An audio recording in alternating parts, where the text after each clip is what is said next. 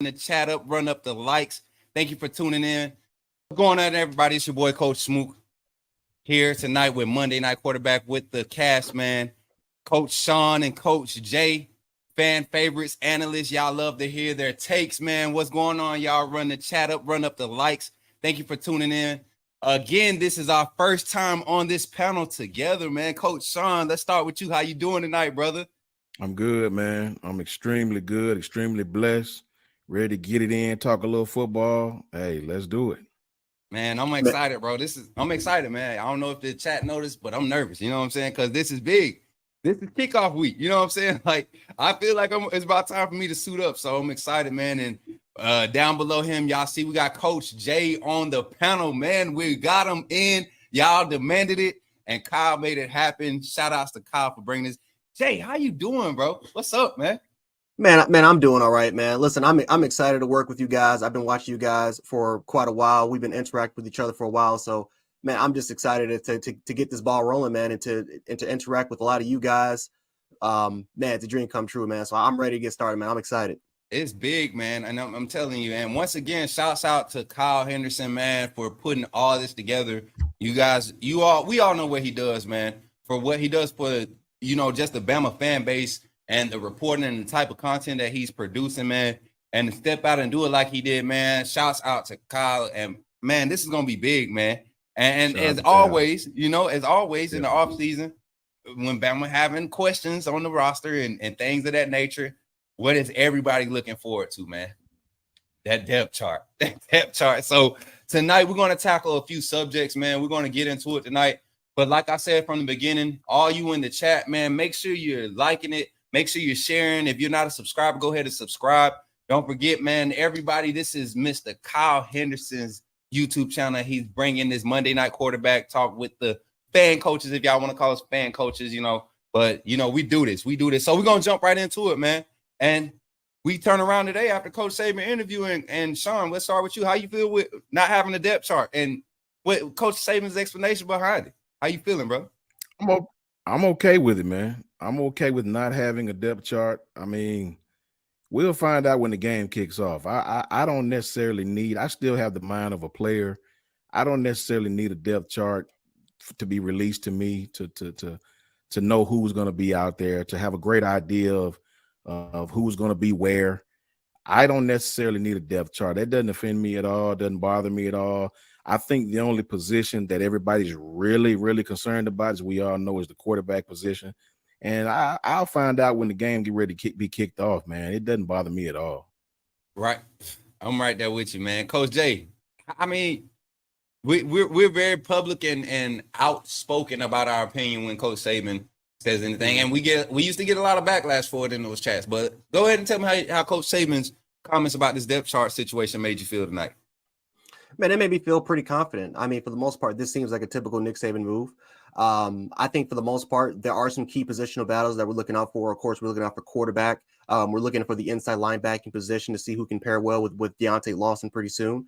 I think we're all trying to look for, a little bit of hints and some answers here and there as far as what are we going to look like for Texas. But it's a long way to go.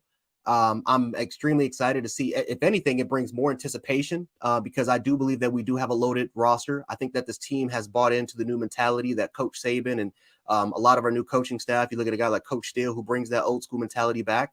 And then we talk about the keys of murder ball, right? We talk about the new foundation that is trying to be displayed with this football squadron. And for what the players have described it, for what we've been hearing for months, this looks like, honestly, I'm more excited more than anything. If anything, I'm like I said before, guys, whoever is the person, whether it's at quarterback, whether it's at cornerback, running back, does not matter. That's going to be the best because I believe that overall wise, this mentality, how well training camp has been for us, how improved our strength and conditioning programs, is just everything about us trying to really get back to the standard that we used to. Guys, I'm even though Nick Saban we didn't get the answers that a lot of Alabama fans wanted. If anything, I'm even more excited about what the future is going to look like. And if anything, I think that more, probably the competition has been extremely high. Of course, we've had some downturns. We've had some rough patches.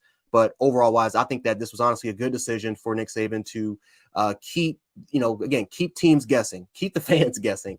And it's only going to get us, we talk about these type of things, man. So I'm overall excited. I'm right there with you guys, man. The thing is, and I think we look at it from the perspective of knowing football and how the mentality of the locker room is. This is a year where guys know expectations are, they're higher than normal, and they don't have the luxury of having a Bryce Young, on the offensive side. We don't have a luxury of having a Will Anderson. Like, guys have a chance to step up and prove themselves. And you guys got to remember that. I'm going to keep throwing this stat in everybody's faces because this was the stat that was thrown in our face with Georgia. These guys, we're fielding the top rated classes. Two of the top rated classes under Nick Saban is fielding the field for us this season, from first team to second team to third team. Every player at every position in the first two lineups is a top 10 guy at their position in their recruiting class. You don't get the luxury of having that much talent. So I understand the psyche, and we all know that Coach Saban is a psychology major, right? He's the master manipulator when it comes to getting guys to focus on the objective at hand. And the objective is not how many snaps am I going to get. The objective is, am I going to be able to do my job to make the team successful every snap I do get? Can I stay ready so when my time comes, I'm able to showcase what Coach Saban and his staff is already believing in me, and that's where I like that mentality. And for Coach Saban to go out there and publicly say that and stand behind it, I think it's one of those things where we just live with it. We don't listen to the media about, there's still quarterback questions. It's going to be quarterback questions throughout the whole season, because the moment Jalen Miro shows a weakness or he's not perfect, there's a question. The moment Ty Buckner shows a weakness, if he gets a chance, hey, there goes the question: why did he come from Notre Dame if he's can't? So we're not feeding into the narrative. I think we're really locked in, and I think Coach Saban's message was not only pushed by him, but it was even motivated by the response his players are giving in their interviews. So I'm excited, man. I'm excited that we don't know who's going to line up at quarterback. We don't know. I mean, we know. I believe we know. But I'm excited to see that there's competition still at that left tackle spot, because that means the high hopes that we have for Caden Proctor are there. That means Jalen Key and Trey Amos are literally putting in work as the graduate transfer. I mean, the JUCO and other graduate transfers. Like, this is a good season to be optimistic and just trust the process. And I think that's what you alluded to earlier, Jay. Trusting the process. That's what we got to do as a fan base. Yep. Trust the process. Is nothing more than what we've had to endure other season coming into with the same type of questions. And we love to talk about me, season. It's like my man Buck just said. My man Buck said his comment was absolutely great. He said the depth chart is not the problem. It's about how the players react to it. Life is all about competition. So for me, that describes it in a nutshell. I think the depth chart is important, but it's actually not important, because at the end of the day, the best players will play. The best players will take that field. The best players will go out and perform. And really, it's about competition. It's about competition at every level, every level of the defense, every level of the offense. And the best player, the smartest player, the player that won't put us in a bad position, I think they will play. And at the end of the day, that's really all that matters to me, guys. I want the best players out there that give us the best opportunity to win the football game, whoever that may be. I'm right there with you. I think that's what, as a fan base, we need to realize. We have a super chat. Shout out David Kendall for the $2 super chat, man. And he has a question going along with it. Know anything about the walk-on QB from Mobile? Are you talking about at Alabama? I don't know anything, guys. You guys know anything from the walk-on QB from Mobile? From a walk-on standpoint. I'm not sure, David. I'm sorry about that. We could look into it, though. I haven't heard anything, because literally somebody in the chat literally just brought the guy's name up, man. This guy right here, Dylan Lonergan, is if anything, and I know about Dylan. if anything, guys, that would be. I feel like if Saban is so confident right now, he's going to throw a wrench no matter what. It's about testing the mentality of his team early. I think he's really going to test the mentality of a lot of players week one. A lot of guys think they're going to go out there and get 15, 20 reps, but they're really only going to get 10, 12. Does that make you less important than what you were last season, Jermaine Burton? No. Coach Saban might just be wanting to see if you're locked in for those 10, and can you show up and really show up against Texas like you should have last season. So, Coach Jay, you made a statement on a comment about the mentality of the quarterback room, how you feel like guys are buying in to competition. Do you think that attitude is what's creating the real atmosphere for this team, or do you think it's more so of a coach-led thing, like I was alluding to earlier? No, I think for the most part, I think the quarterbacks have to play a major part as far as trying to, lift each other up. I mean, we talk about the 2017 class with Mac Jones, Jalen Hurts, and Tua Tagovailoa, and how these guys would lift each other up. The competition that would transpire in practice. Mac Jones talking trash to the defense. Jalen Hurts showing the immense amount of leadership, what he was able to do as a true freshman. Tua Tagovailoa taking advantage of opportunities as soon as his numbers was called up. That's what needs to happen with this group. And like I said, Dylan Lonergan's a guy that's having a phenomenal training camp. Jalen Miro has showed that leadership. And then Ty Simpson still has a lot of talent. Still has some learning to do, but obviously the talent, the growth is still there when it comes to that from that perspective. So overall wise, I think that for the most part, these players, we can talk about coaches and we can talk about Saban trying to get on these players and the rest of these guys trying to get on these players. But it's up to at the end of the day, these players, they have to want it more than anything else. And by pushing each other every single day, getting into the weight room, buying into the process, asking each other's questions, just the simple things, making each other that much better. That's what's going to get us back to the mountaintop, and that's what's going to get us to continue this dynasty and continue this run. So, like I said before, guys, is this the most talented group of quarterbacks that we've ever seen before, right? Is this the best quarterback room we've ever seen? No, but at the same time, though, we don't know anything about, for what we've heard so far, it seems like we're going in the right track just from a mental standpoint, and that's honestly the first step. Everything else, like I said before, it's going to play itself out. We got to buy into the process. And it's not just the quarterbacks, right? It's other position groups that also has to synergize extremely well because we've seen last year, right? Bryce Young in a Bryce-centric offense, for the most part, it was arguably one of the worst offenses that we've had in a while. The offensive line wasn't that good because of tons of miscommunication, tons of gap pickups.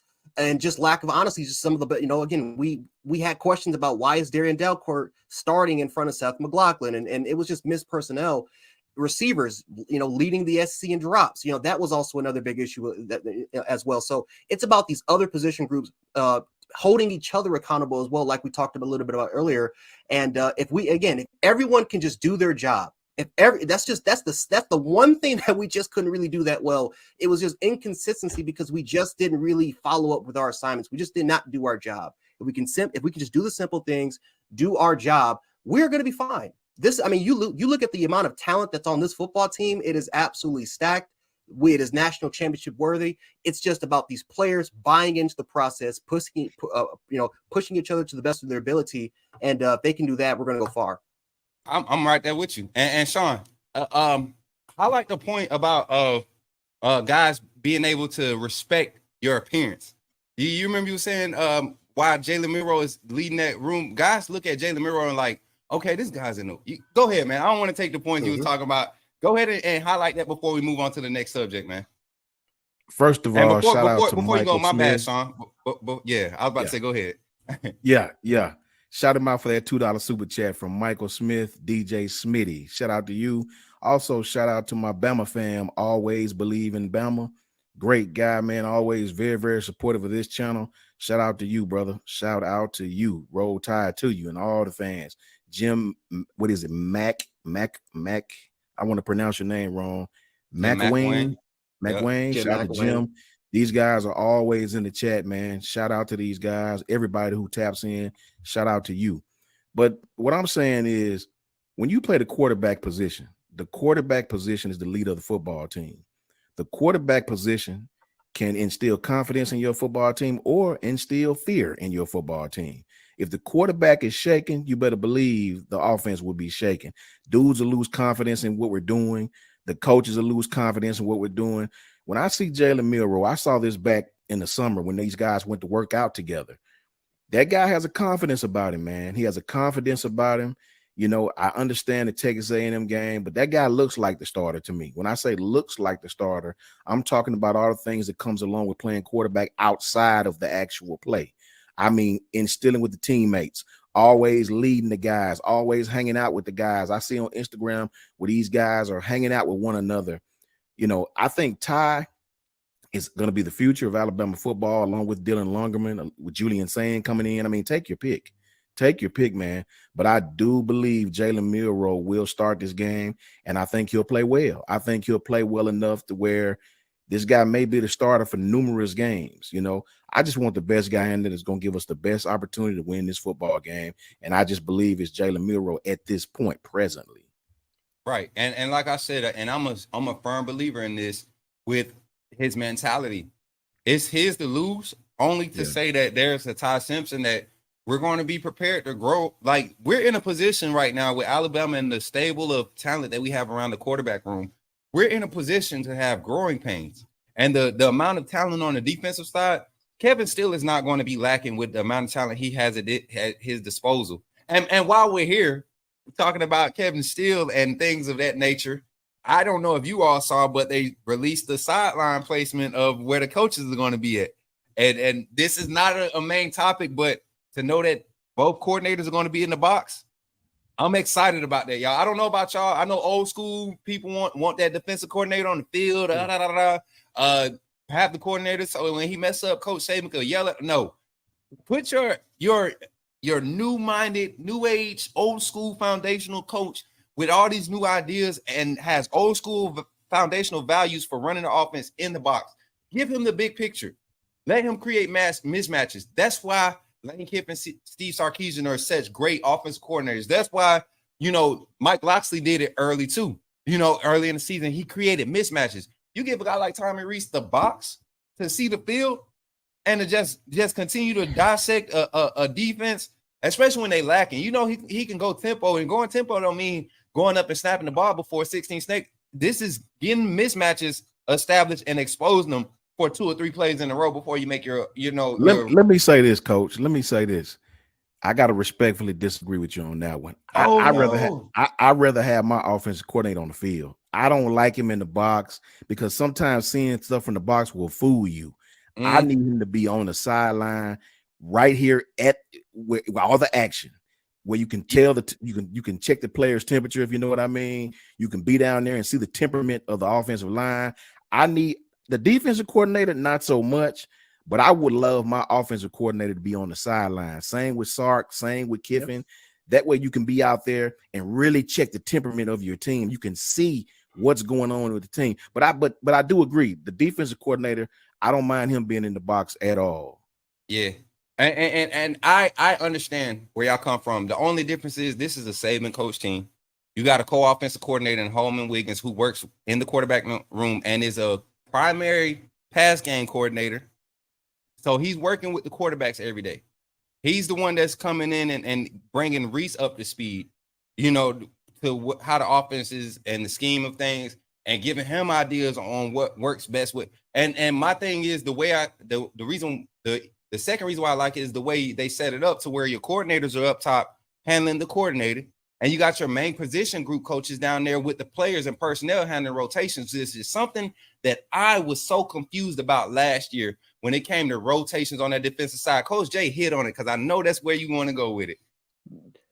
And that's something I wanted to talk about. Is that, first of all, as far as again, I think overall from the coordinator standpoint, I think having both coordinators over there, I think it kind of shows that no one is above the team. I think that having both coordinators in the box, again, doing their jobs, again, having that eagle eye view of seeing, of really seeing what they can do, what sort of adjustments can they make, seeing, as far as what placement, as far as what the players can do. I like that Eagles view for these coordinators.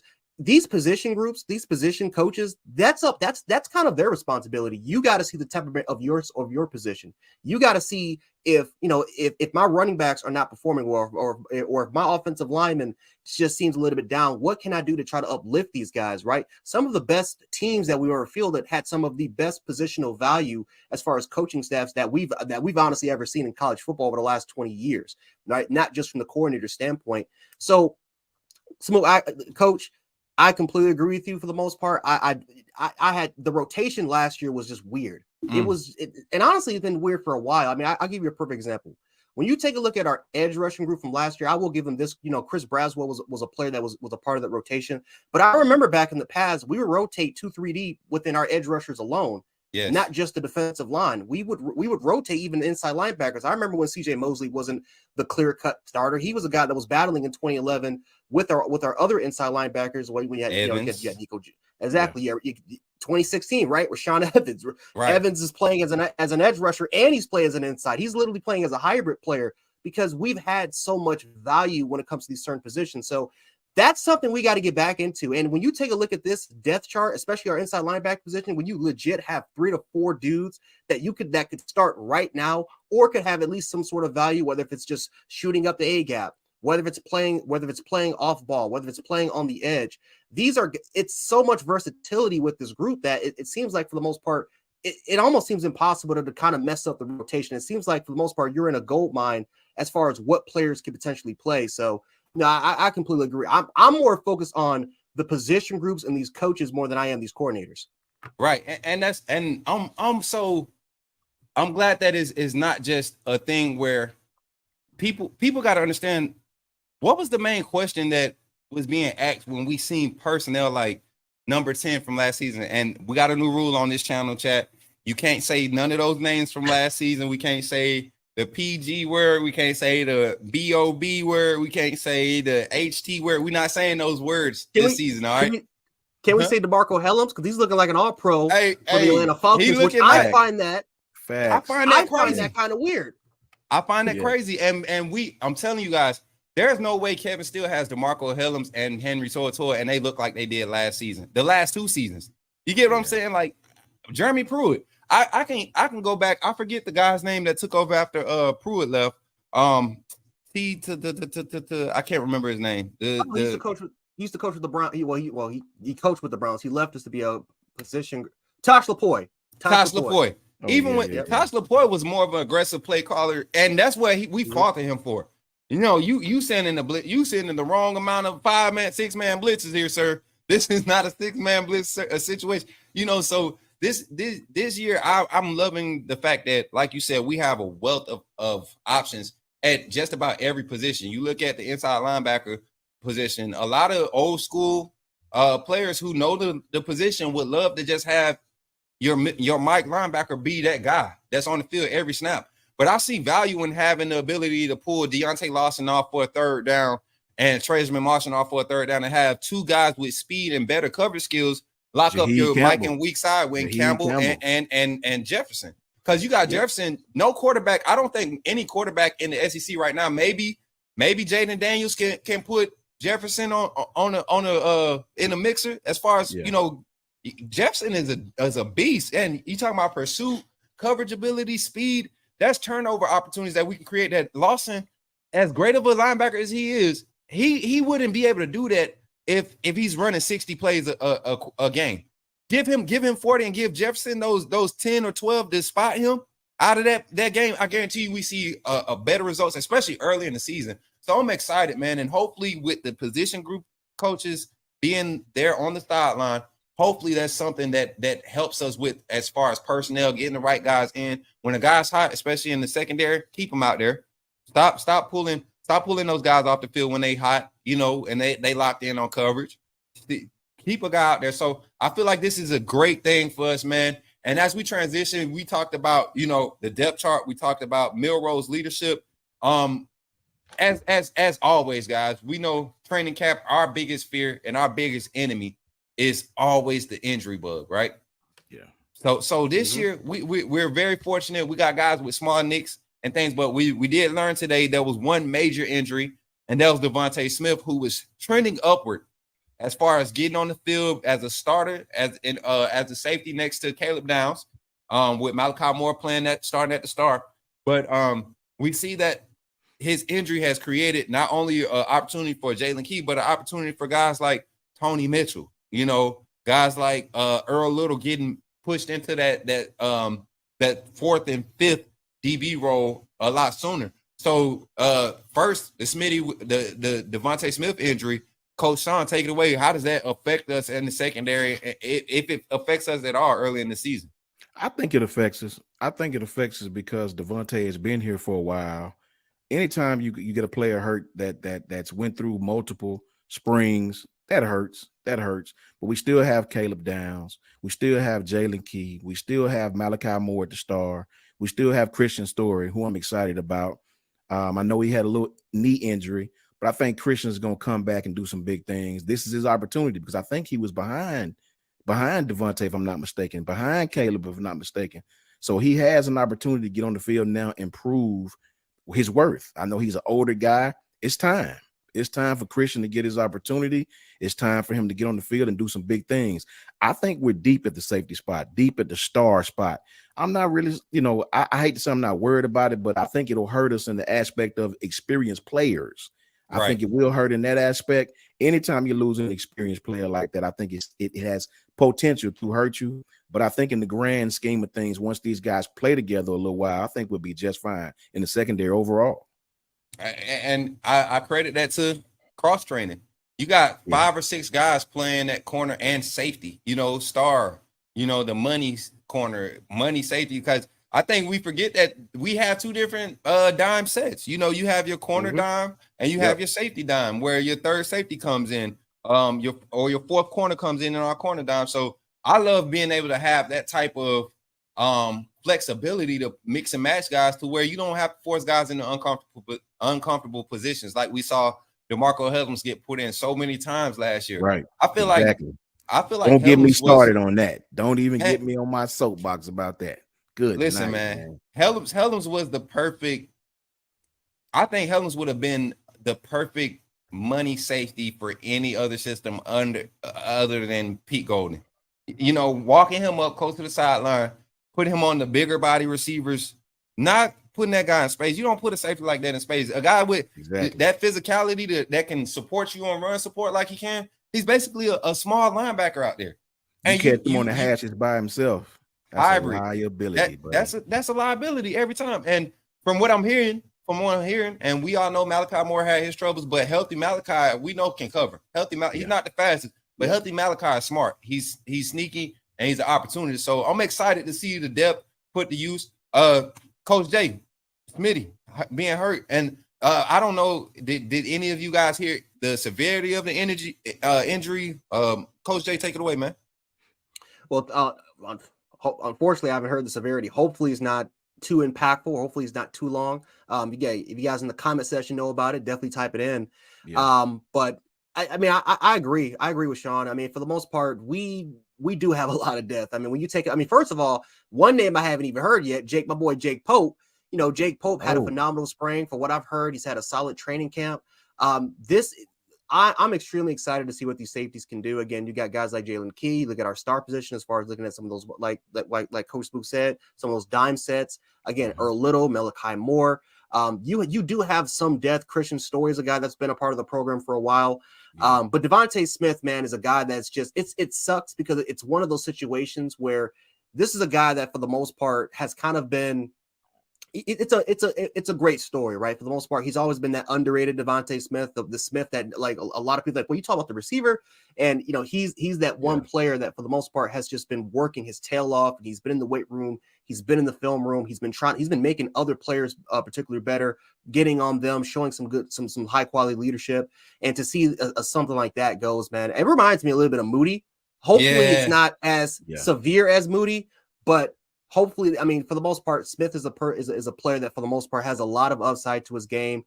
He's a guy that for the most part, if he can come back extremely quickly, that'll be great for us. Hopefully, it's not too severe. But depth-wise, I do believe again it's gonna hurt. It's gonna hurt a little bit. It's gonna hurt a little bit because to have a player that's so reliable, just in case if somebody else goes down, or a guy that was vying for that starting spot, it definitely hurts a little bit. But I am confident with the amount of depth that we have at that particular level. I think we'll be fine there.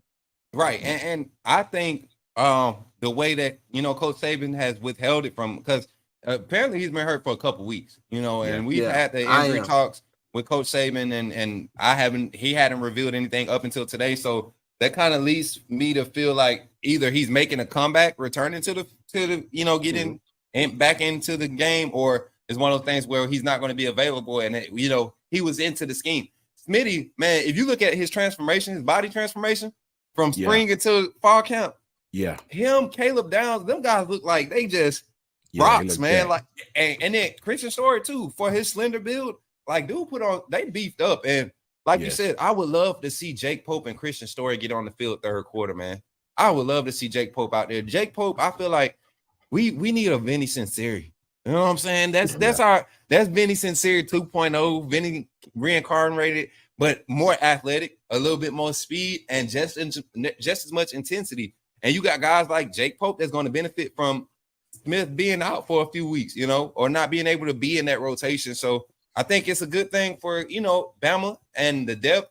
Bad thing as far as having that experience, like you guys said, on the field. And like Smitty is a reliable guy. It's never been a guy, him being a problem or a locker room issue. It's just been a playbook thing for Smitty.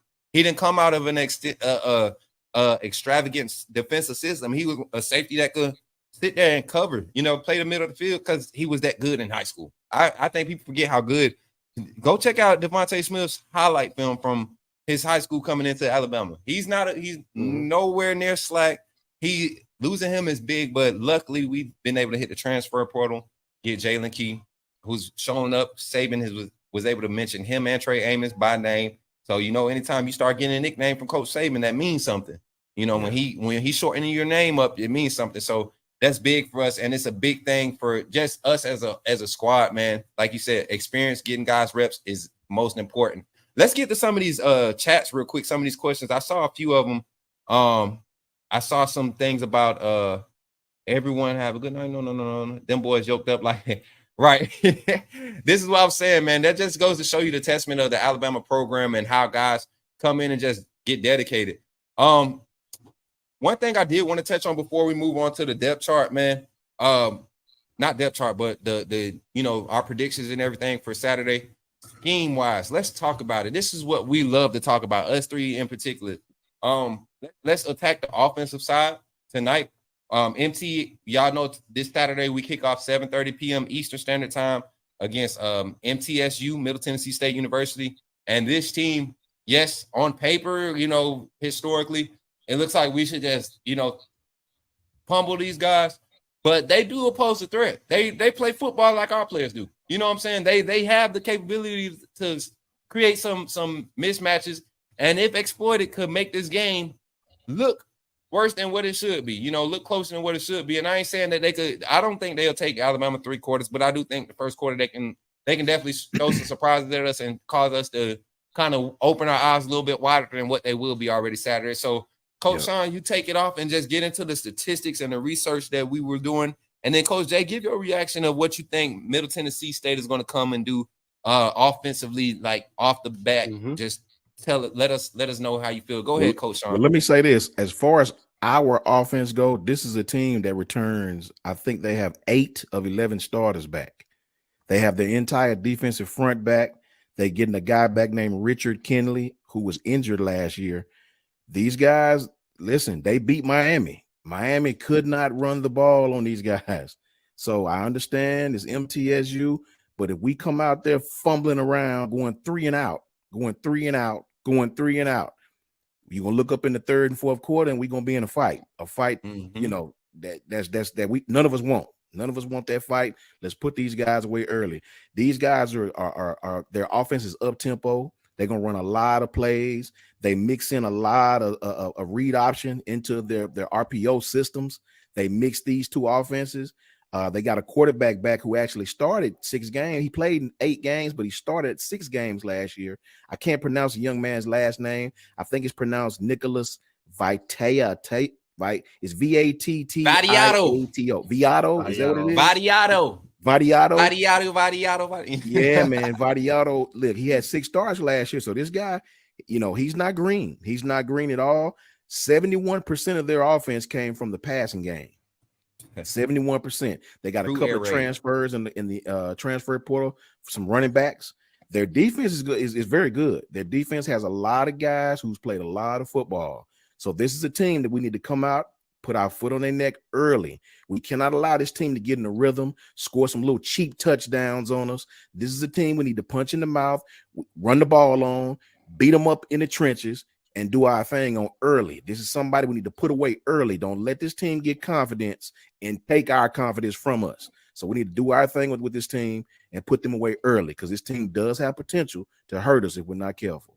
Right. And I know we didn't get into the numbers crunching. I don't pay attention to numbers when it comes to opening week, because it is never what it truly is. You never know what a team's identity is till week 5, week 6 anyways. Most teams, that's when you really know. Most teams that get started early, they're consistent week 4 throughout, the rest of the season.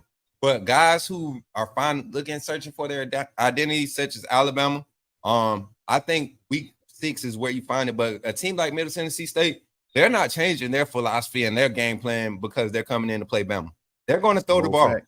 That's what I'm excited about. Coach Jay, historically, Middle Tennessee State, explain to the fan base who Middle Tennessee State is as an offense historically. Man, they don't play, man. They've always been they've always had a solid foundation. That's what I like about Middle Tennessee State so much. They're not going to be afraid of us, right? If any fans are thinking that all of a sudden they're going to come into this game, they're not going to be afraid of us. They're not afraid to play against big Power 5 schools. They're not afraid to punch people in the mouth.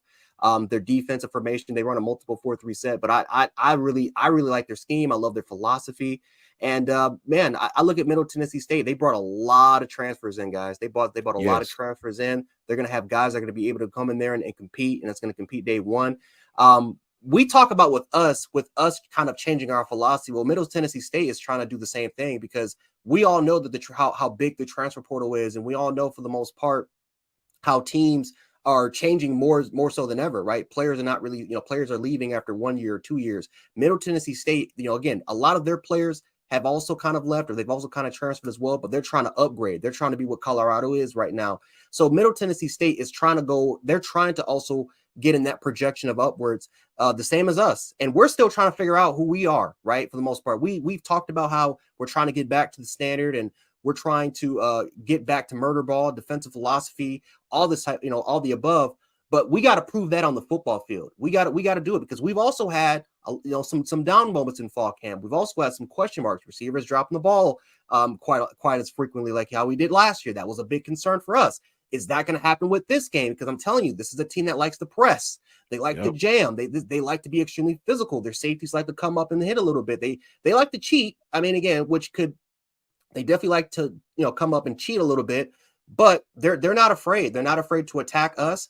And what has been the one thing that's been talked about as far as Alabama football, how teams are not afraid of them anymore. Yep. Right. So with Middle Tennessee, this is going to be one of these teams that's going to come up. They're going to try to punch it in the mouth. They're going to try to establish early position as much as possible. And overall wise, I think this is honestly going to be a good test for us until moving on to next week, where we're going to be right back in T-Town going against Texas, because Texas is definitely not afraid of us, especially when they got a taste of early blood last year. So having a team like Middle Tennessee coming in here, definitely putting in the work in, attacking us relentlessly on the defensive side of the ball, that's going to be exciting. That's going to be something that I'm extremely excited about. And again, not enough people are talking about their front four. They have a very, very solid front four, man. And it's going to be a great test, especially when it comes to whoever who's going to, whether if it's Dalcourt or Ferguson, wherever our left tackle position is going to be, whether if it's going to be Elijah Pritchett, Caden Proctor, or maybe we can change a little bit. Maybe maybe Latham could play. That's something that we're going to figure out by the time opening week goes. But no, I'm excited for this. I think that this is going to be a great test for moving on forward for, obviously week 2 against Texas. Right. I'm not going to say a great test. I think it's a good gauge game. Where these guys are, where their competitive nature is, because there's no reason why Alabama shouldn't go in and be able to knock the rust off within the first 8 snaps. No matter which side of the ball comes out first, that those 8 snaps, it should be something clicking by that 7th or 8th snap. And you can tell by the mentality of the team when the play calling starts. I think it's really going to start with the play calling, the style of play calling we come out in, especially on the offensive side. Well, defending their offense. Does Kevin still go ahead and allow guys to be athletes and really press us to play man coverage across the board? Lock your guy down. We're going to have to leave one high. We're going to bring one of the safeties in the box to help on run support, which last year, and I watched the San Diego State game, Middle Tennessee State versus San Diego State. And Middle Tennessee State, even though they won, they didn't take the top off because their offensive line struggled. So I'm curious to see, are they able to shore up that, because they bring back a lot of experience in their offensive line. But I'm curious to see, can they uphold against a hungry defensive line in Alabama? Justin Igboebi, Jaheim Otis, Tim Smith, Ja Latham, Tim Keenan. I mean, guys are hungry. And then I see James Smith is going to be in the rotation. And how does Curtis Perry get inserted? The motor, how does he get inserted? He's gonna have opportunity. So a struggling offensive line last season to end last season, they bring back, two young guys in Rutledge and Kelly. I'm looking at the projected roster now, the projected starting lineup. And I'm looking, and they have the experience everywhere. They have the experience in the key spots, but how much experience is that in that talent? I mean, in that front line, and then are they ready to take on the likes of a Justin Igboebi or a Tim Smith or Jaheim Otis? From the jump, guys that are truly hungry, and then you got guys behind them. Remember this, Coach. I know this is game one, but this does tell you the style of defense these guys want to play. These guys had 37 sacks, and 30 and forced 30 turnovers last year. Right. This is a team that's going to attack you. They're not going to sit back and drop 8 and rush 3. They're not going to do that, man. This team is going to come. Their safeties love the cheats. So my question, and so that leads to my next question. Do the wide receivers, do we see them be able to create separation this year? They're going to have to be pressed. They're going to have to be pressed. How are we scheming our passing game to where it doesn't put Jalen Milroe in the check type offense? Are we putting them in position to beat guys early, get the ball out early? Are we putting them in position to read deep, check down? I want to see consistency over anything. I don't even, honestly, if they pressing our guys today, if they really gonna press us and put 7 in the box, I still want to see a 65-35 run pass style offense. I want to see us hand the ball off 30 plus times this game. And I mean, not late in the game. I'm talking about early. I want 21 carries before the end of the first half. We need that. We need that type of offense with a passing efficiency rate, 75% completion rating, between whatever quarterback is out there. You get a quarterback 11, 12, nice passes in the first half. You setting yourself up for a good plethora of play calling that you can run into Texas with for our offensive side. And defensively, man, we better dominate up front. That offensive line struggled badly against San Diego State, and I mean bad, bro. And that's the only concern I have for them, and that says a lot about what they have around their offensive line. So, and they brought in experienced transfers from different schools to fill up that receiving core. You got junior transfers, senior transfers coming into offense that is catered to the wide receiver. They don't go out and get boo-boo receivers, guys. They had a guy last year who was in top 5 total receiving yards in the nation.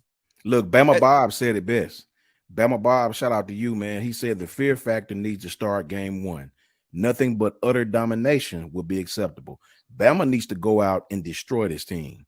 What would Georgia do? What would any top team do to this team? You got to go out and play well, man. This team, I'm telling you, they're very good against the run. Mm-hmm. I think this will be a good test for us for game 1. I think it will be a good test for us because they're going to try to stop the run first and foremost. You can believe that that's what I would do. They're going to try to be focused on the run, stopping Jalen Milroe from running the ball, a spy or two here or there, and try to stop our backfield. They're going to make him throw the ball, whoever the quarterback is. They're going to try to make him throw the ball, stop the run, and make their quarterback beat us. You can believe that's going to be their antidote for beating us. So we'll see how it goes. Yep. I'm excited to see this secondary and this air raid because they're going to put the ball in the air. That's the main thing I'm ready to see. As much as I want to see I want the front to be able to control the run, and I want the secondary. Every pass, I want a guy there. No broken coverages. Like I feel like this is the time for Kevin Steele to simplify this defense to the point where guys just, we get the too high call. Guys are ready. That's you. Yep. I don't care if we indicate we're in man by guys' stances, by guys walking up. I want to see that physicality. Make the ref stop us from being physical at the point of attack, not when the ball is in the air, but early in the play, when you can put your hands on them, when you can be physical. Let these guys play football, coach. And when I say we're poised for it, guys, Middle Tennessee State is the type of team where their tempo is really tempo. They're looking to run 75 to 81 offensive snaps a game. Yep. If not easily. More. Yeah. If not more. Fact. If they're running less than 70 plays, they're not being efficient according to their standard, and they're not trying to take the top off all the time. A lot of this stuff is just a lot of inside the small spaces. They like to capitalize on the small spaces underneath, getting the ball into the athlete's hands. And that could be something great for it. Like you said, I understand the schematic matchup being an awesome opportunity for us, because you see that I don't think Alabama struggles with stopping the run against Texas in week 2. I think we sure up. We have a solid run defense. I think our secondary has the most questions to answer. As much talent is back there in that secondary, they have the most questions to answer. And we're going to find out some answers in week 1. You better believe it. They're going to be tested. Let it be on record that I said this. You look at every team that we play. If you look for man, Texas has one of the most talented rosters we will see all season. Now, I'm talking about from quarterback, every position. Their defense was extremely young. They have all 5 starting linemen back from last year. And to be truthful, Will did not have his best game against Texas. That freshman kind of whipped him, to be honest. He didn't have any – I don't remember him doing much in the Texas game. Texas will be extremely talented. I remember them big penalties he had. Yes. Hey, that freshman was whooping up on 3 first-rounders, man. Yes. That just Kelvin Banks. That's his name, Kelvin Banks. Will McDonald, Felix Amaduke from Kansas State. I mean, my God, man, he's a heck of a player. And then they include Devin Campbell. Devin Campbell's a player that could be, or DJ Campbell could be inserted in the starting lineup, and that's a 5-star guard. Possibly first-round quarterback, possibly first-round wide receiver, Xavier Worthy. Possibly first-round tight end. And guess what I'm saying? And let's not do it, y'all. I want so bad to get into it, because the matchups is just across the board. You talking about just Titans going at it, recruiting class Titans going at it week 2, but we're in week 1, chat. Don't get too excited. Don't look ahead. That's where we messed up last year. We were looking too far ahead. Middle Tennessee State is going to be the perfect test. And before we start closing down, guys, let's take some fresh takes on the just the overall climate of the fan base. I love to touch on fan base. I love to look at the chat. I love to see responses to man. Look. We got to, man, because Saturday there's no more soapboxes. We got to take it for what it is. Whatever product shows up Saturday, all our speculations, all of our high hopes, whatever, we're going to get some answers Saturday. That's the good thing about this week. We're not looking like, I hate to continue to mention them, but they are the defending champs. We're not looking like Georgia. We don't get Tennessee Martin or whoever and then Ball State to follow up. We don't get that. We get to jump into the fire. That works out for us generally. And usually that early big game, if we struggle and win that game, that turns out good for us historically under Coach Saban. And I'm ready to see these guys show up week 1. If we can get into predictions and all that, if we could get into like a 7 possession lead before we see some type of stuttering, you know what I'm saying? That's 7 possessions. That's whether we getting 2 field goals and 5 touchdowns, whatever. If we can get a 7 possession lead going into the 3rd quarter, that says a lot about the execution and the mindset of this defense. Coach Jay, execution and mindset of this team as a whole. Where you sitting at with the mindset of the team? How are you feeling? What's your climate check? Let's do climate checks. Ooh, so climate, man. See, listen, I'm a Buffalo kid, man. So listen, if I say it's snowing, man, it's bad. It's gonna be real bad. So no, I think it's warm. If warm, like 70, 72, 71 degrees, perfect weather, hopefully for fall weather. But no, I think that overall wise, it should be a good approach. It should be a good approach. I think that for the most part, going against Middle Tennessee, if we can just be efficient, simplify both the offense and the defense. If Jalen Monroe starts, obviously use his athletic ability to his advantage, gain confidence. Not just for that, but but for this offensive line. I know a lot of people say, well, we want to start building up his confidence throwing the football, but for me, I would like to see him run a little bit more, get some confidence in this offensive line, get the big bullies like Terrence Ferguson and Caden Proctor out there running with Seth McLaughlin, and then you have Latham with Booker. I mean, guys that are maulers. Like, that's what we want. We want to, right? If we want to try to get back to what we used to, we got to start being a lot more assertive, being a lot more physical. And I think that's something that we've talked about for a while. That's something that Coach Saban and that time Reese has talked about for a while, trying to get back to that old style, that old tradition. And hopefully against Middle Tennessee State, even, it's going to be very interesting because, again, like we said before, they're not afraid. These are guys that, again, they love the first turnovers. They love their safeties, love the cheat. They love the jam. They love to be physical. And to go against a team that, for the most part, that doesn't really have that fear. If I'm a Bama player, I would feel extremely disrespected. I would feel like I have something on my shoulder now, and I want to make them fear me, right? I want to try to get that mentality back. And again, hopefully that can start up with us. So overall, I'm feeling pretty good about this team. I'm very confident that everything can run smoothly, but obviously that's got to translate on the football field. And before you go, Coach Sean, I like this comment by Bama. Always believe in Alabama. Alabama beat themselves last season playing undisciplined in those 2 road losses on the road against LSU and Tennessee. Bottom line, Alabama will be very tough to beat if they play discipline. Another comment, it's all going to come down to who has the best defense. Alabama is going to score points. I totally agree. I don't think this offense slows down. I think the offense is actually more efficient than last year with Bryce, me personally. And that's nothing against Bryce. Bryce is still the greatest quarterback to ever suit up for Alabama in the history of Alabama, hands down. What he did under the circumstances, nobody would have done in the history of Alabama.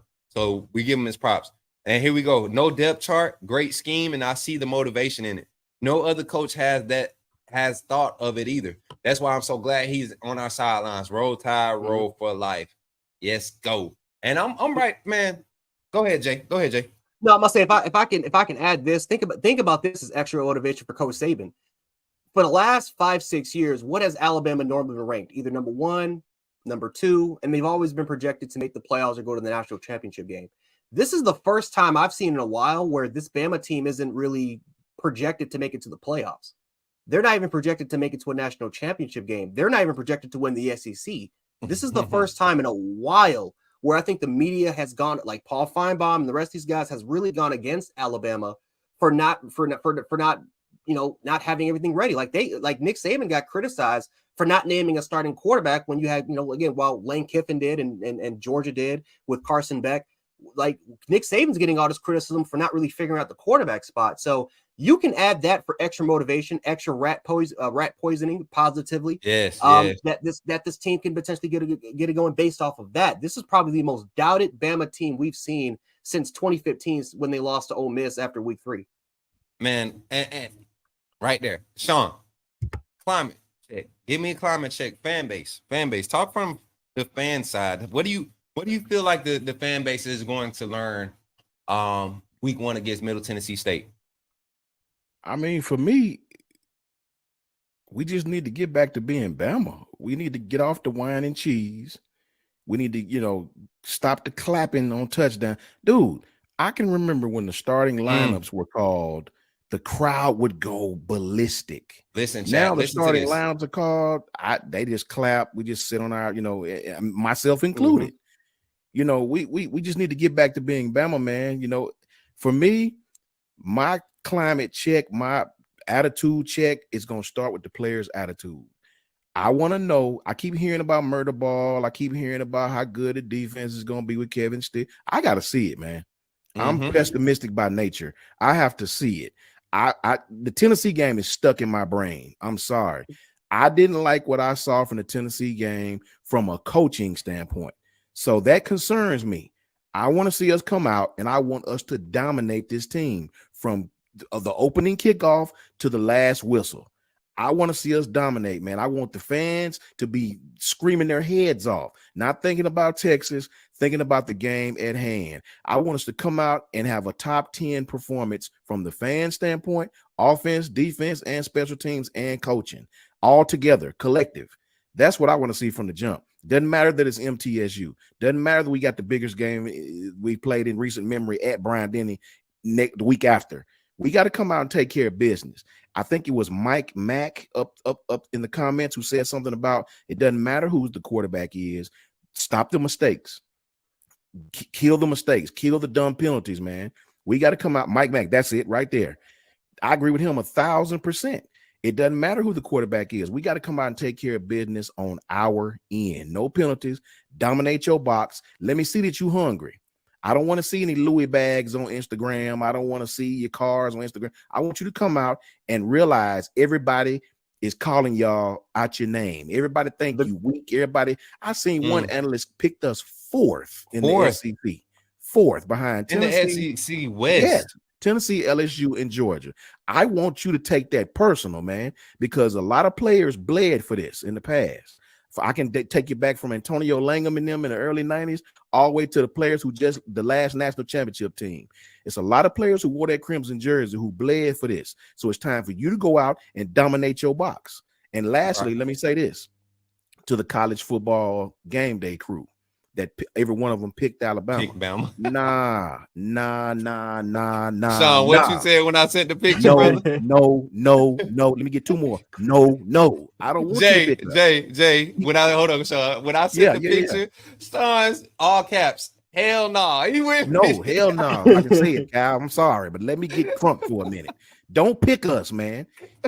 Keep that energy about Georgia and how great they are. No disrespect. Bama sucks, remember? Keep that energy. Sports Illustrated. That old gluteus maximus is getting tight now because the season's about to start. We better pick Coach Saban to be safe. Nah. Keep that energy about how bad we are because we coming to prove all of you wrong, buddy. Exactly. Shout out to Kirk Herbstreit because he has been with us from day one. He said from day one, I'm rolling with Bama. Desmond Howard and the other Pat McAfee picking Bama. Nah, I don't want to hear that. Keep that energy that you had about Bama that all this whole summer, period. And guys, to kind of wind this thing down, we come into a close. To piggyback off of everything you all said, the fact that we literally haven't had this conversation like this, y'all. But the mindset of the coaching panel, you know what I'm saying? To be on the same wavelength as far as what we need to see. Discipline is what I hear. And guys just enjoying being a part of the team. That once we get back to that, that's what Bama football was about. We started this whole the Bama brotherhood, that the fraternity that's in that locker room. You know, I envy the fact that I can say that, you know, that Bama side, whatever they say, you know what I'm saying? Like I envy that. You know what I'm saying? Like I envy that, man. You know, and this team, I feel like they got that energy. Not the hey man, it's going to be okay that we ain't performing. Nah. The story that came out about guys holding each other accountable for post-practice workouts or post-practice reps because one guy wants to get better, the offensive lineman wanted to get better. Deontay Lawson, a defensive player, said, okay, let's work on it. A defensive player that isn't projected to be a starter said he wasn't going to stay. Lawson and the offensive line checked it. We everybody, if somebody need to get better, we're going to work together to get better. It ain't just about a D lineman going against an O lineman to get better. Teach that O lineman how to read that second level while he handling the first level. Those small things matter, man. And when you see things like that happen in the locker room, you find your teams that are hard to be broken on the field. No matter what happens on the field, 2 negative plays can go by 2 big plays. And then that third, when it should be a touchdown, your guy like Christian Story is in there because, you know, it's just Coach Saban wants to put him in that pressure moment, and he's ready because of the extra reps that he put in. It's things that like that matters, man. And we gotta take accountability as a fan base for what we contribute to these boys. This is a social media influenced society. A lot of these kids look for validation through what we say, what we do as the media and as fan base. And as a fan, you know, let's take the L's as they come. Let's take the growing pains as they come. But at the end of the day, these are young men who are putting their bodies and their lives on the line for our entertainment. We literally watch these guys for entertainment. If none of these players ever play football, how would that affect my life other than being miserable without seeing football? You get what I'm saying?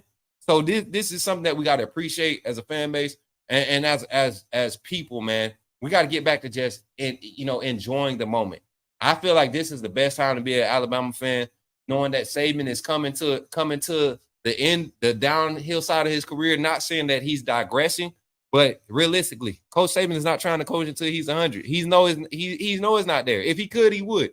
But he knows what time it is. That's why he's trying to set these guys up for success. This coaching staff, there was a scheme and there was a philosophy behind assembling this group of guys and who he kept from previous years, and it's going to work out just fine. And as we get into our closing, guys, let's get to our predictions. We're going to go 30 seconds apiece. Predictions. I want the scoring prediction, offensive MVP, and defensive MVP. And this is early week predictions. We're going to be back with y'all later this week with our final game predictions after we get a little bit more news, a little more status about who's going to be playing, what type of schemes, get our inside stuff. But 30 seconds. Let's see. Any, many, money, more. Go, Sean.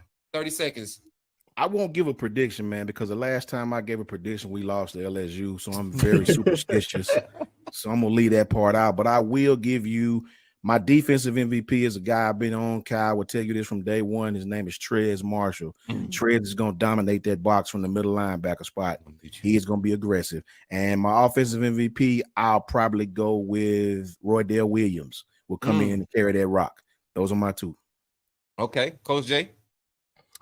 I would say I'm gonna say Jalen Murrow. I think Jalen Murrow is gonna be the offensive MVP.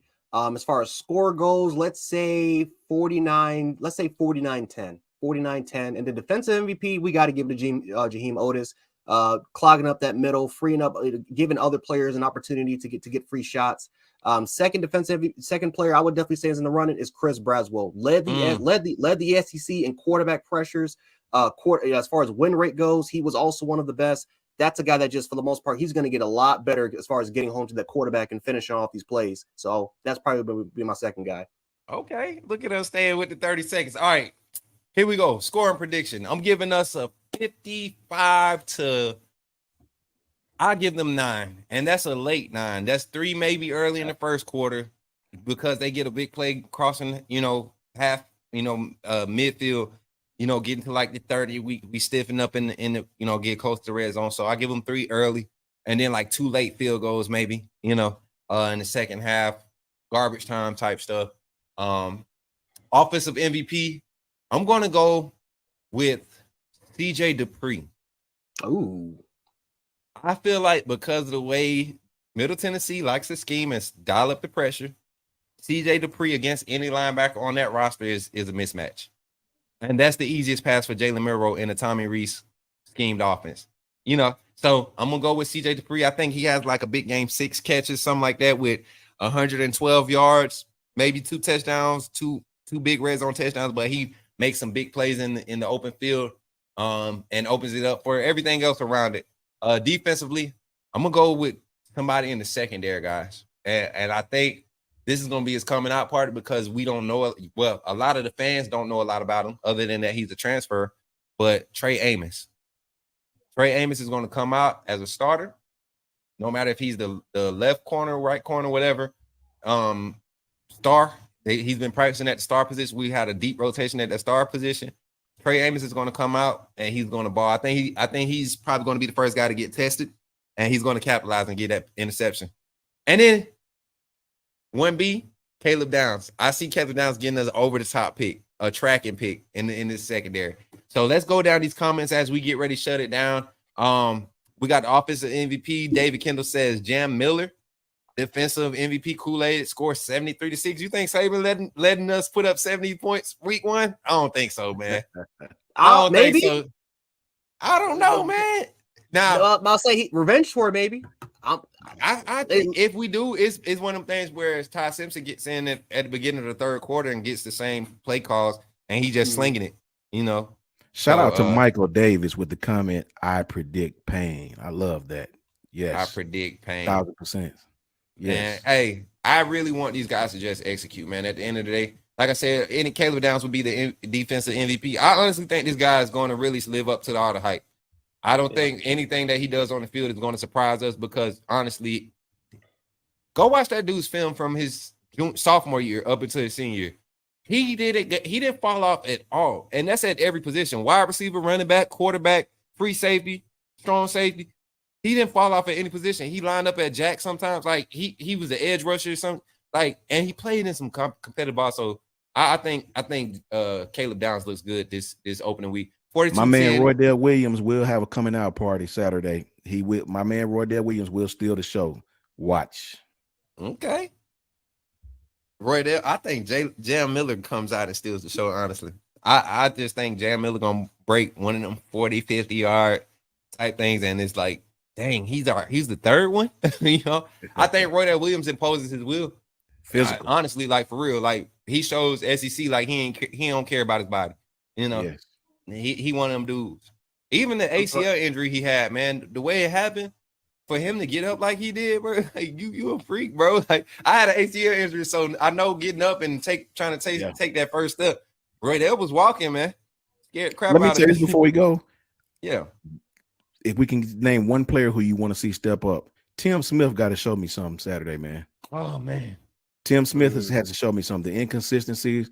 I want to see him come out and dominate, man. I want to see Tim Smith step up and show me something Saturday. Coach J. Jeremiah Alexander. He's going to get an opportunity to play. I think he's going to get an opportunity to play. He's one of my favorite players, Thompson, Alabaster, type of kid. I think he's going to get an opportunity, but just to see that potential and to see that 5-star status, something that I predicted 3 years ago, he could be the next Alabama star. I would like to see some of that growth a little bit later on in this game. Facts, Man. Ashley. Hey, Doc. Yeah, hey, and I was just about to highlight her comment. Yeah, Tim Smith, Jam. We got another offensive, defensive MVP and score projection. Bama Bob, I think you feeling like me. I want to be realistic about our defense. Things are going to happen. It's week 1. It's going to look so. I don't think there's a shutout. If we do shut Middle Tennessee out, I'm excited. People say we shouldn't get excited about beating them, but if we shut them out, hold them scoreless, field goals, no touchdowns, less than 3 penalties on the defensive side, I expect some offensive penalties. False start, guys being aggressive. I expect that. I don't mind those penalties, even on the defensive line, jumping and knocking the crap out somebody. Like if we want to get a penalty, make it count, but let's not let the penalties determine the game. So I'm right there with you, Bama. I could see some small mistakes that aren't costly. It's not nothing we're gonna be highlighting and saying, oh, that's gonna be a problem. I don't think we get exposed this game. Last point, closing out. Go ahead, Jay. I will say quick thing. Let's not lead the game in penalties. We were one of the worst teams in the nation in penalties. Let's not lead the game in penalties. That's just all I gotta say about that. Man, but discipline. That's what we need to come in with this weekend. No pass interference calls. And if we do, let it be because you're playing the ball through the receiver, not because you're playing the receiver through the ball. Through the ball. Facts. You get what I'm saying? Like that's the most tail backward stuff I've ever seen in my life. Yeah. I don't know what technique Coach Saban was allowing, mostly if you go, we'll talk about that later in the season. Anyway, guys I want to see improve, and I think really need to take their opportunity and show up this year, Jermaine Burton. Oh man. I want Jermaine Burton with that beautiful release and route running and route technician that he has and the separation he can create. I want him to do that every play. I want him to be physical. He's not a physical blocker. He's a savvy blocker in the run game. I want him to impose that this year. I want him to use that and create value for himself. Just as the clip, you see the athleticism, you see the savviness he has when he's catching the ball. I mean, he's got to be the leader this year, and I think mentally he's there this year. And I would love to see him come out. A few more comments before we get out of here. As we get out of here, Coach Sean, Coach Jay, let the people know where they can follow you at on all social media. And guys, before they go off with that, please don't forget to like. If you're not a subscriber, make sure you're subscribing, man. Hit those thumbs up. We don't want to see no dislikes. Run the views up. Share it on the social media platform. You can share it on Twitter, Facebook, wherever. Share it. We want to get the word out about Bama football on YouTube with Kyle Henderson. This is the network to be for all your Bama coverage, all your updates, all your reactions, all your fan interactions. You want to continue to see these great shows, continue to like, continue to comment, continue to share. Coach Sean, take it away as we scroll through these comments. I am just now getting back on social media. So I'm like I said, I had an actual job where, for the government where they kind of frowned on being on social media. So I'm just getting my feedback with social media. So when I get these pages created, I would definitely let you guys know. where to come if you want to listen to us. All right, Coach Jay, take it away. Yeah, you guys, you can find me on Twitter, Jan716, or again, if you could, if you want to find me on YouTube or on Facebook, I'm also Jan Sports as well. Want to appreciate Kyle and the rest of you guys on the panel for this opportunity. Great working with you guys. Family, you guys already know how I feel about you guys. It's Roll Tide all the way, and yeah, man, I can't wait to be back home. Roll Tide to everybody in the chat. Thank you guys, and thank you to Kyle as well. Man, facts, man. And just like the guy said, y'all see me, man. I'm still setting up the platform. You guys can continue to show your support. I've been having so much love, guys. I'm not like Jay and Coach Sean, Coach Jay and Coach Sean. I've been kind of active in the content creation scene. So if you all want to go and follow me, man, check me out at Coach Smook on everything. And we about to be collabing. This panel right here, let me pull this layout out. Can I pull it back up? In this panel right here, guys, I can't wait to continue to grow with these guys right here. Like genuinely. Not because we're on a platform. Like we've been trying to find a way to get this together for a while. Fans, people that talk with us in comments have been trying to get this together for a while. And you all see why I've already knew Kyle. He saw something and man, this is going to be big this season, guys. So I expect big things out of this team. I expect big things out of this fan base. I think we're going to compete this year. And as always, y'all, Roll Tide. Let's get ready for the rest of this game week. This Saturday, 7:30 p.m. Eastern Standard Time, kickoff against Middle Tennessee State. It's on ESPN or is it on SEC Network? I'm gonna have to double check that. I don't want to put out no bad information, but y'all have y'all know more than we do. So my thing is, guys, enjoy the season. Let's prep. You guys want to know when we'll be back on? I saw somebody come in and asking when we'll be back on. Turn on your live notifications, man. That's how we're gonna. That's how you gonna know. Ashley. Yep. Thank you, Ashley. Hey, Doc. She said she loved the football chat. Hey, yeah. Hey, guys, and don't forget during the day, Kyle is running the live during the day where it's kind of an open chat. Hey, Carla, look, my people's in here. He's running the live chat. Get in there and commentate and share your thoughts, man. It's this community here is real accepting to different points of views. People come in and they stand behind their points of views respectfully. And that's what I love about this channel. And I love that vibe. I love to keep it growing. Even when the fans from other fan bases come in and start to troll, it's respectable. It's good fun. It's all out of respect. We don't want any hate speech, anything, coming against. We want to continue to create positive vibes across the airwaves when it comes to college football and college football content. Hey, nah, man. Y'all is a trip, bro. But yeah, so if we don't have anything else, Sean, Jay, if y'all don't have anything else, I don't have anything. Anybody in the chat, everybody in the chat, Roll Tide. It's been fun tonight. Thanks for tuning in to Monday Night Quarterback with the coaches. I'm your point guard, your assistant offensive coordinator, Coach Smook, and you got your defensive coordinator and Coach Sean, and your head offensive coordinator and Coach Jay out here. We doing this thing, man. Hey, I appreciate y'all for tuning in, and Roll Tide, everybody. Well, I'm sure that our team, players, all looking forward to the challenges of the season. But I think the biggest challenge for, our team is to create an identity for this team, to prove that you can be a dangerous team, to prove that you have the energy, focus, and enthusiasm, not just to win a game, but to beat the other team. And there is a difference in that. And I think that difference, primarily is the way you compete, the way you play, the relentless competitive attitude that you have for 60 minutes in a game to play to a standard, your standard, not let the scoreboard or anything else determine what your performance level is. And, that's something that I think this team has to prove, that it can do. Middle Tennessee is, they won 8 games last year. They beat a top 25 team in Miami. They won a bowl game against San Diego State. Rick Stockstill's been there for a long time. He's done a really good job. They got a great offensive scheme in terms of how they do things and problems that they create. So it's going to be challenging from our players from that standpoint. They're a very aggressive defensive team. A lot of stunts, a lot of blitzes, a lot of negative plays. So it's a very challenging preparation for our offensive team. And they're sound and solid and do a great job on special teams. So this is a challenging team for us to play. But again, we're concerned about how do we establish an identity for our team in terms of how we compete and how we play, regardless of, who we might play. I know that, your number one focus is not on the game, it's on the depth chart. And look, there's a lot of competition on the team, and when we put a depth chart out, you all think that's like final, like this is like etched in stone that it's going to be this way forevermore, just because we come out of fall camp and that's where it is. But it creates a lot of distractions on our team, creates a lot of guys thinking that, well, this guy won the job now and I'm not going to play or whatever.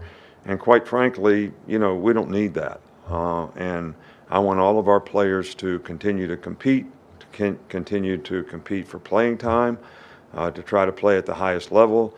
And I don't want anybody on our team to think they're a backup player or whatever. And the depth chart kind of does that. I think most of the players on our team know who should start in the game and who shouldn't start. But that's something that they do day to day in terms of the way they compete and the way they play.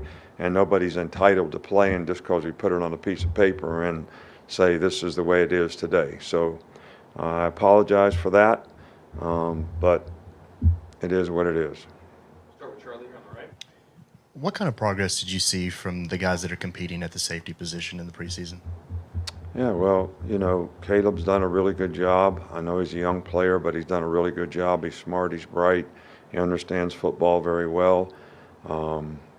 Jalen Key has done a really good job. He's got a lot of experience, even though he hadn't played here. He's played other places in a very similar system. So, those two guys have done a good job. Malachi can play, safety or star. So,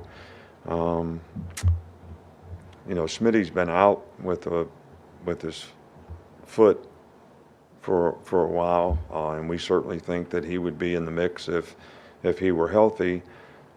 Christian Story is, a dependable guy at the position, so that's kind of where it's at right now. Go back on the left with Matt. MTSU has one of the better secondaries in their league. What are the challenges of going against that group? Well, I think they play really well. They get a lot of turnovers, but they create a lot of pressure. They're a pressure defense, and they put a lot of pressure on their secondary. And their corners have played very well, whether they play off or man-to-man and press. Their safeties are very aggressive and make a lot of plays. So I think there's a little bit of big little that goes with this team. If you look at the statistics of the way they played, they make a lot of plays on defense, and when it comes to negative plays that they create, turnovers that they get, but they've also given up plays. And I think you got to have lots of patience. You got to have a good plan in terms of trying to minimize how much they can create negative plays, but also maximize taking advantage of making some explosive plays. Up front on the right here with Nick. Several offensive linemen have discussed wanting to play a more dominant physical brand of football this season. How have you seen that transpire? How would you evaluate how that's been through fall camp and preseason? Well, I would say that's up to them.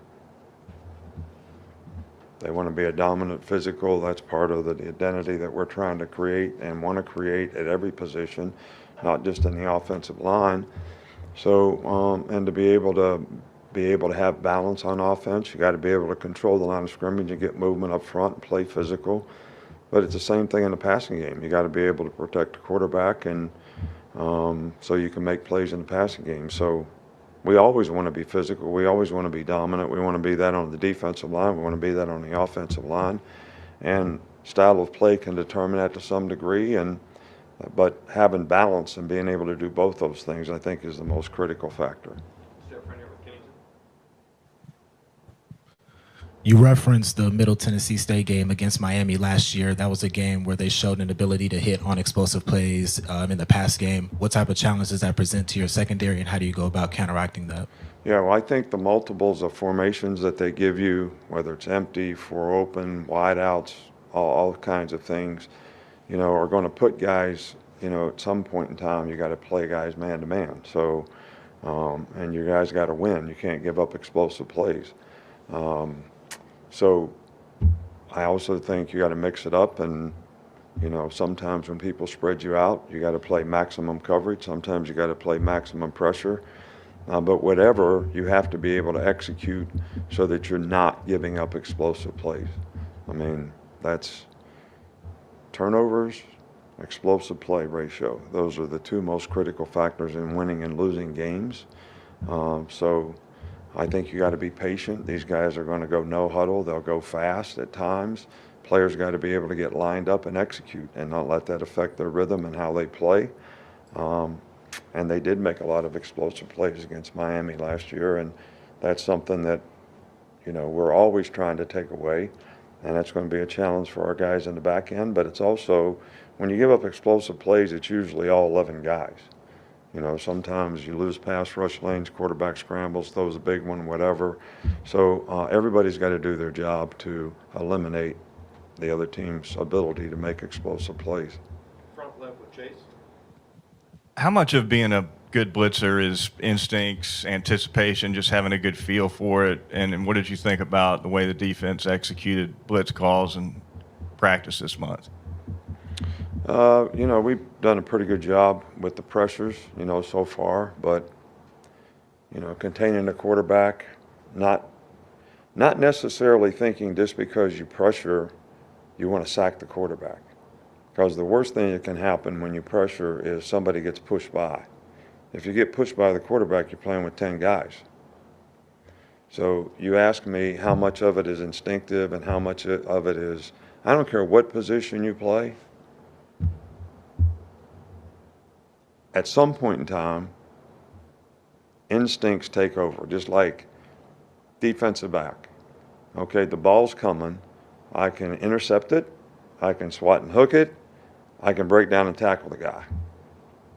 It all depends on how fast the ball is getting there and what your position is. So how much is that coaching and how much is that instinct? So if I'm pass rushing and I try to speed rush a guy and he soft sets me and pushes me by, how much of that is ability and how much of that is lack of instincts? The guy soft setting, you should bull rush him. You should power rush him. Don't get pushed by the quarterback. Not the time to try to make a sack. When do you use your hands? When do you use what pass rush move? It's like a wrestler. When do you use what move? It's the same thing when you're playing defensive line or offensive line. You're using your hands, you got body position. You get a guy off balance one way, how are you going to push him back the other way? So we try to teach guys all those things, but when it comes to fastball application, it's no different than the baseball analogy that I use. I use it with the players all the time. I say, you just swung a pitch over your head. Everybody understands. It's like, what are you doing?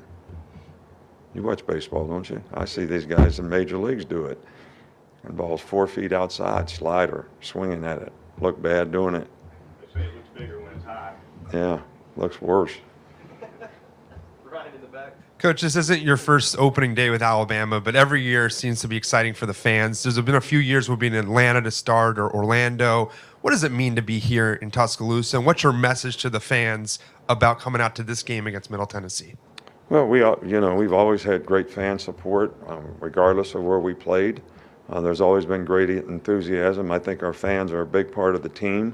The atmosphere that they create, during games is, something that's part of the tradition around here that makes guys want to play here, whether they're recruits coming to see the games or whether they're players on the field. So it's always important, and this game is important to us.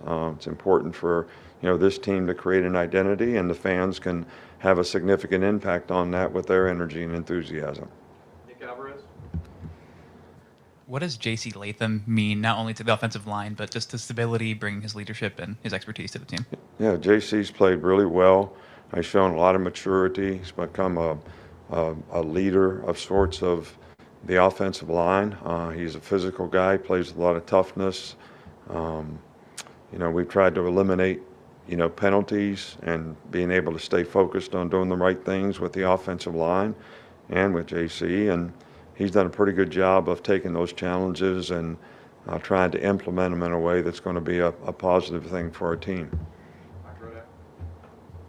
So what sort of progress have you seen from Jalen Milroe since he played last year? I think Jalen has made a significant amount of improvement. I think he's more comfortable in the pocket. I think that he has more confidence in the way he executes and the way he plays. He's been more consistent in the way he's played, and I think that's going to be the key to the drill for him, to be able to maintain that consistency in every practice so that he is developing the kind of habits that are going to carry over in the game and help him be successful. Two to finish, Steven, and then Tony. And Cam, what type of growth did you see from Jamarian Latham up front? He's done a really good job. He's been hurt a little bit on and off since he's been here. He's gotten a little bigger. He's gotten a little stronger. And, he's a very good athlete. I think he's more confident in terms of learning the defense, making less mental errors. I think it's important to him. I think he's shown a lot of maturity in the way he's developed and progressed. So I think he's a guy that can make a significant contribution for us up front. Given the situation at quarterback, do you enter this game expecting to use multiple quarterbacks, or is there a game plan just drawn up for whoever's the starter? I don't have any expectations for that right now. I mean, we're going one day at a time, and, we're repping the players, and even regardless of what happens in this game, it's the same thing that I told you guys before.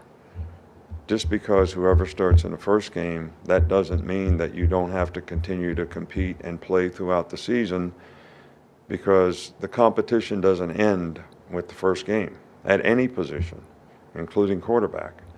So, my expectation is what can we do to get them better today so that we can play better the next day and the next day, and then when the game comes, we'll be playing as well as we need to be playing to create value for themselves as players, as well as our team to be able to have success. All right, thank you. It's game week and fired up. This is in our world, it's the greatest week of the year, and I'm sure every coach, every player in the country is saying that now. So, but we're excited about it. We've had a really, really good off season going all the way back to January, then through spring practice this summer, and then camp. So I like where we're at right now. I like our team. It's a very, very committed and competitive team. And so I'm excited about these guys and looking forward to watching them play. Obviously, we've got a tremendous challenge and a tremendous opportunity this week with Alabama, one of the best teams in the country. They lose 2 games last year by a total of 4 points, and everybody thinks the sky's falling down there. So it's really, really talented team. We've got to play well. We expect to play well, and just looking forward to getting down there and starting this season off. So they got a lot of good players, but we got a lot of good players too. And I believe in our team, and we've got to play well. Anytime you play a team like Alabama, a top 2-3 team in the country, you got to play well. You can't give them anything. You got to make them earn everything they get. And and then we've got to play really well. So that's our expectation, and we'll go down there and play. And I expect us to play good. I expect us to. There's never any question that we'll play hard. I know we'll play hard, but I expect us to go down there and play well this weekend. So looking forward to this opportunity. So I'll open it up to you guys.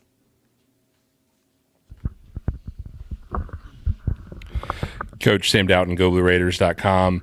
Alabama's got 2 new coordinators this year, but one on offense, one on defense. How do you go about preparing for what could be some new looks from a team when you don't have any tape on them for week 1?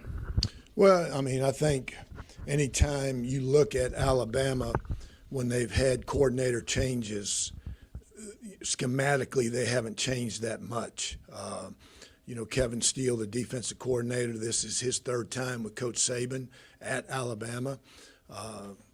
He was at Miami last year as the defensive coordinator.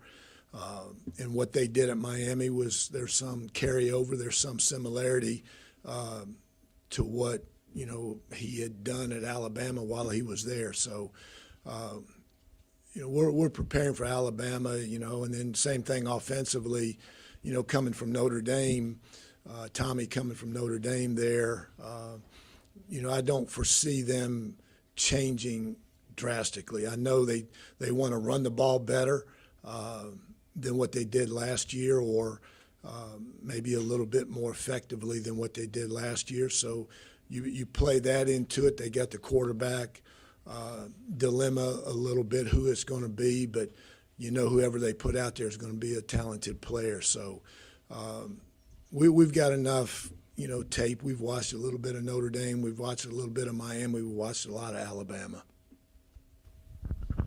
Coach Cecil Joyce, Daily News Journal. Coach, talk about the quarterback situation at Alabama, and do you expect multiple quarterbacks, and how does that affect how you prepare for them? I don't know what to expect. Just putting, myself in those shoes, they may want to play multiple guys. They redshirted a couple guys last year. They got a transfer in from Notre Dame, so maybe they want to play multiple guys. I don't know. It's not my team. So, we'll prepare. We've watched a little bit of all those guys, and we'll prepare for whoever comes out there, and that's all you can do. You can't worry about who they're going to play or what they're going to do. Control what we can control. That's all we can do. So whoever goes out there schematically, it's not going to be I don't think it's going to be a drastic change from, Ty Simpson to, this guy to the other guy, whoever it's going to be. So go out there and do our job, do it the best that we can do it, and hopefully that's good enough. Chip Walters, Blue Raider Network. Your quarterback situation, you've come out of spring this year pretty much knowing who your guy was going to be. And talk a little bit about Nick's story and, having been a bowl MVP 2 years ago to redshirting last year. It's kind of unique.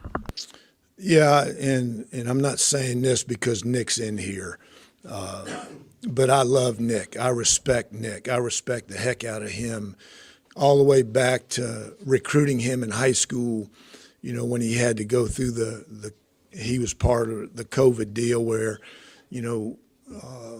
lost his season but wanted to play, so he went to another place so he could play, and then coming here, sight unseen, he wasn't able to visit here, and just the relationship that we developed is special to me, and then coming in as a freshman, he wasn't ready at that, when he first got here, and not many of them are. So plan was to redshirt him. Then we had one quarterback leave, and then Chase got hurt, and ultimately we thought, Nick gave us the best chance to win, and he proved that was accurate. And so in this day and time, it's hard for guys not to be selfish, and you don't play at all. You're on the scout team. You don't play at all for 7 weeks, 7 games, and then here comes coach. Hey, you want to give up your redshirt year in the middle of a game, and he didn't blink an eye. And I respect guys like that. And so he played those 5 games, his true freshman year, and I told him, I said, the next year, compete for the job. If you're the guy, you'll be it. And if not, try to get your redshirt year back. And, Chase, played, and Chase had a great year. And Nick came in a couple games last year when Chase went down. But Chase is Nick is a great teammate. He's a great player. He's fun to coach. He works extremely hard. And, now he's earned this opportunity to lead this team out of the tunnel the first game. And, just have a lot of respect for him and admiration for him and what he's done in a short period of time here. Heck, he's played, 7 games, something like that, 6 games, whatever it is, not even complete games. And, I'm very, very confident in Nick and very confident he's going to have a heck of a year this year. Coach, you've coached down at Alabama in 2015 with the Blue Raiders. You have a lot of coaches on staff that played in that game. What are y'all telling the team this year about to prepare for that environment specifically? We'll meet tomorrow. I didn't talk about it one time during camp. They know who we play. We'll talk a little bit about it, but all that stuff. We've been in big stadiums. We've been in loud stadiums. Played music loud the other day in practice during some team stuff just so the offense could get acclimated a little bit to, some crowd noise. But I didn't say, hey, Nick, this is what it's going to be like on Saturday. Just played it, and I don't make a big deal out of that kind of stuff. And, Brent and Marquise and Shane and those guys have played down there and all that stuff. So, same thing as last year at Miami, same thing at Syracuse, and same thing at Missouri, all that kind of stuff. We just, we go down there and roll up our sleeves and go to work and fight our guts out for 60 minutes.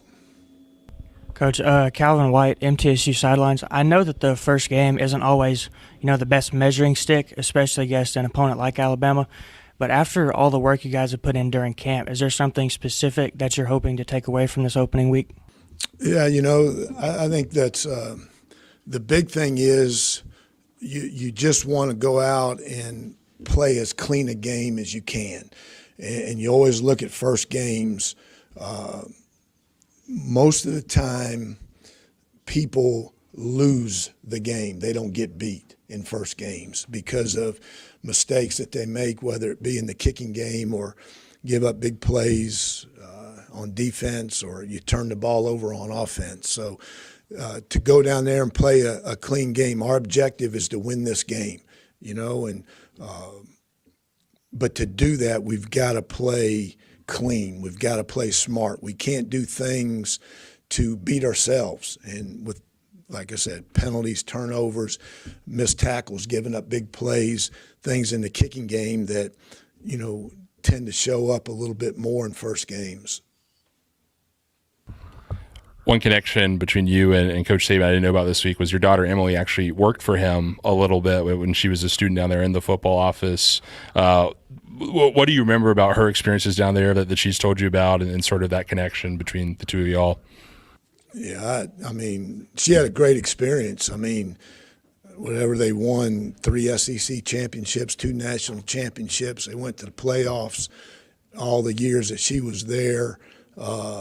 She was involved in the recruiting part of it. She was involved in the logistics, part of it. So it was a great experience for her to be around that. And, and then her, they'd go in the SEC championship, then she'd go with us to the Bahamas Bowl, and she'd come back and go to the playoffs with them. And I mean, she had a great experience, and just being around a lot of, good coaches down there. Burton Burns, who's not coaching there anymore, but a lot of good people. Coach Saban, obviously, but it was a great experience for her, and she'll be down there, this week also to rekindle her friendships with the Alabama people, and hopefully she'll be rooting for her daddy and her brother. Coach, new rules in effect this year. Did you see any games over the weekend, and how any of the timing rules and things like that might have an effect? No, I mean, and I'm on the rules committee, so I've got a pretty good understanding of everything they've said. That just keeping the clock running after first downs, other than the last 2 minutes of the second and fourth quarters. They're talking about taking anywhere from 5 to 7 plays out of a game. And when you watch a game on TV, you're not sitting there, that's 58, that's 59, so it's hard to see. The one thing that came up, you can't call back-to-back timeouts, is I believe it was UTEP. They called a timeout, then they had a substitution deal right after the timeout where they didn't get the playoff, and they called another timeout. Can't do it, so it was a 5-yard penalty. So I don't think to the normal person than the normal eye and the naked eye, you're going to sit there and say, yeah, that was a really, really fast game. You know, I think it's just going to take, you know, people getting used to that clock not stopping. Hey, what's going on, everyone? It's Kyle Henderson of Bama Football on YouTube, coming to you outside of Bryant-Denny Stadium following Nick Saban's press conference. You can watch that right here on Bama Football on YouTube. A couple points that I wanted to share with you after Coach Saban's press conference is the fact that he didn't release a depth chart. Now, what's the significance of this? Well, really not too much, other than the fact that he's never done this before. Every single year on this Monday, we get a depth chart. That's why people are making a big deal about it. I want to get your take inside the comment box.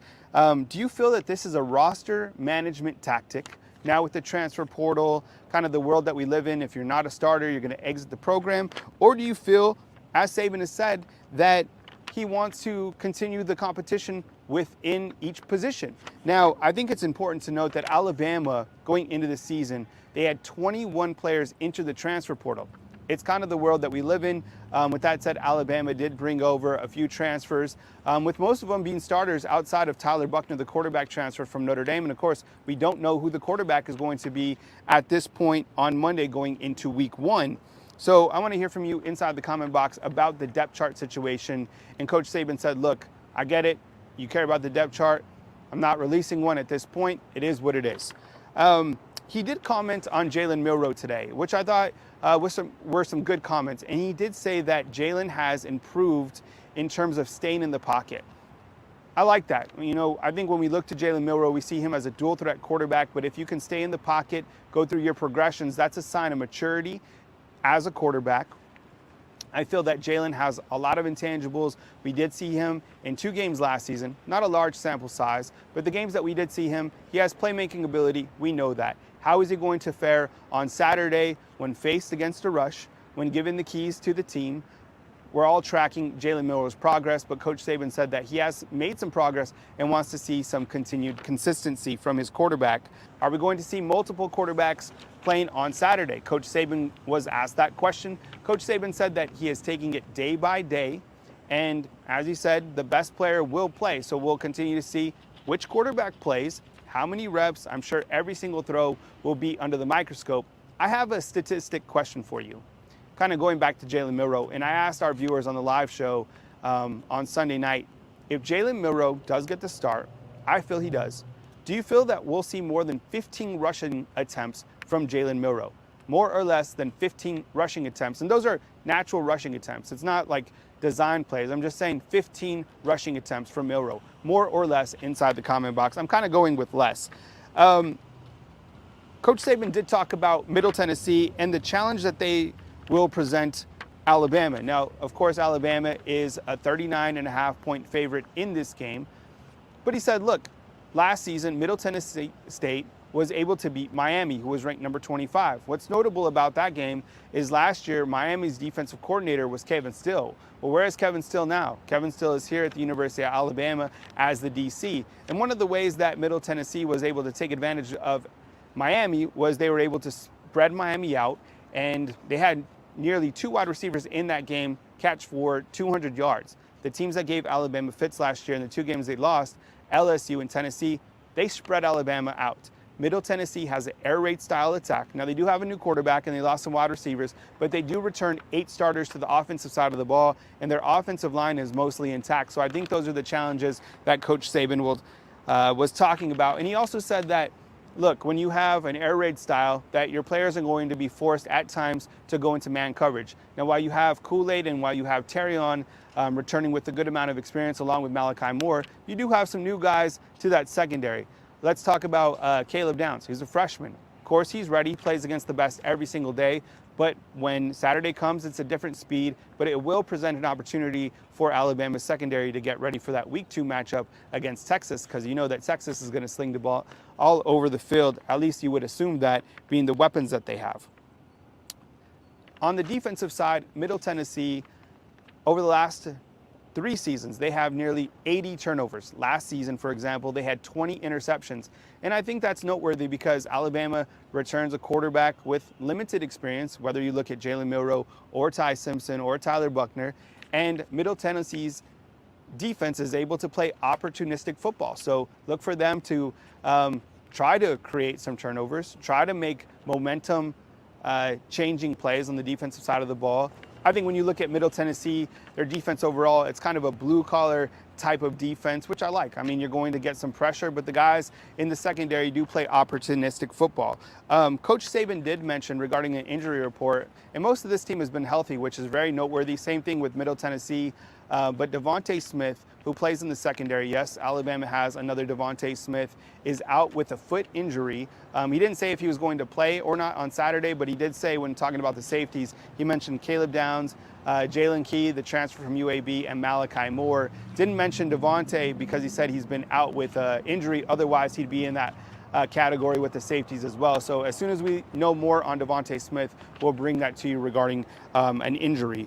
On the recruiting front, Jay Lindsey, who is a 6'5", 235-pound tight end out of Butler, Alabama, did decommit from Mississippi State, and he's kind of on flip watch for the Alabama Crimson Tide. Now, I get it, Alabama already has a tight end in Caleb Odom, and the guy is phenomenal, but I think Jay Lindsey, he's pretty athletic, and I think you need different components to that tight end room, kind of waiting for him to flip.